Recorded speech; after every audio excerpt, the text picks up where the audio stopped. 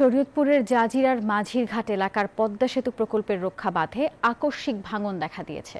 আর এরই মধ্যে নদী গর্ভে বিলীন হয়েছে বসতবাড়ি এবং ব্যবসা প্রতিষ্ঠান সহ অন্তত 15টি স্থাপনা। ভাঙন রোধে দ্রুতই উদ্যোগ নেওয়া হবে বলে জানিয়েছে পানি উন্নয়ন বোর্ড।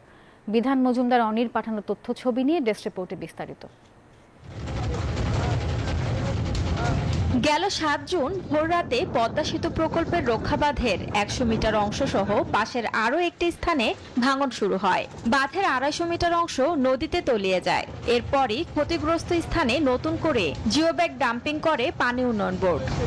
বান্ডেল থাকলে প্রতি সেনমানিতে টাকা বাঁচবে। বিকাশ সেনমানি বান্ডেল কিনে জিতুন প্রতি লেনদেনে।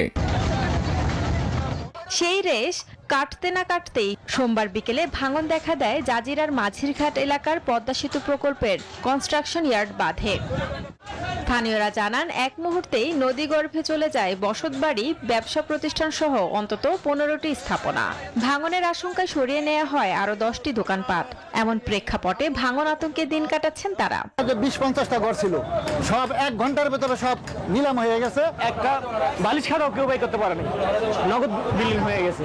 মানে 10 মিনিট টাইম নিতে যাস, শ্রমিক পাইবো কিভাবে? এখন মনে করেন যার হার নিরাপত্তা নিয়ে বাঁচতে পারতেছে না, কেউ মনে করেন ঘরেতে বের হবে এই সুযোগটা পাইতেছে না। সে কত খুব নেয় নাই ওই যেটু ভাঙ্গে ওডুই টুনেল যেটু ভাঙ্গে ওডুই করে, এছাড়া পুরা নদীটাই 40 হাত করে খারি পার দিয়া।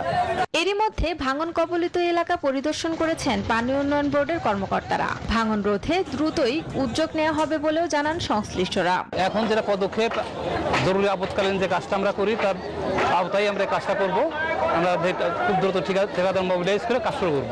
2010-11 অর্থ বছরে 110 কোটি টাকা ব্যয়ে জাজিরার পদ্মা সেতু পূর্ব পাশ থেকে মাঝিরঘাট হয়ে পূর্ব নাওডোবা আলমখার কান্দি 0 পয়েন্ট পর্যন্ত 2 কিলোমিটার ভাটিতে পদ্মা সেতু প্রকল্পের কনস্ট্রাকশন ইয়ার্ড বাঁধ নির্মাণ করে বাংলাদেশ সেতু কর্তৃপক্ষ। Desk report, news 24।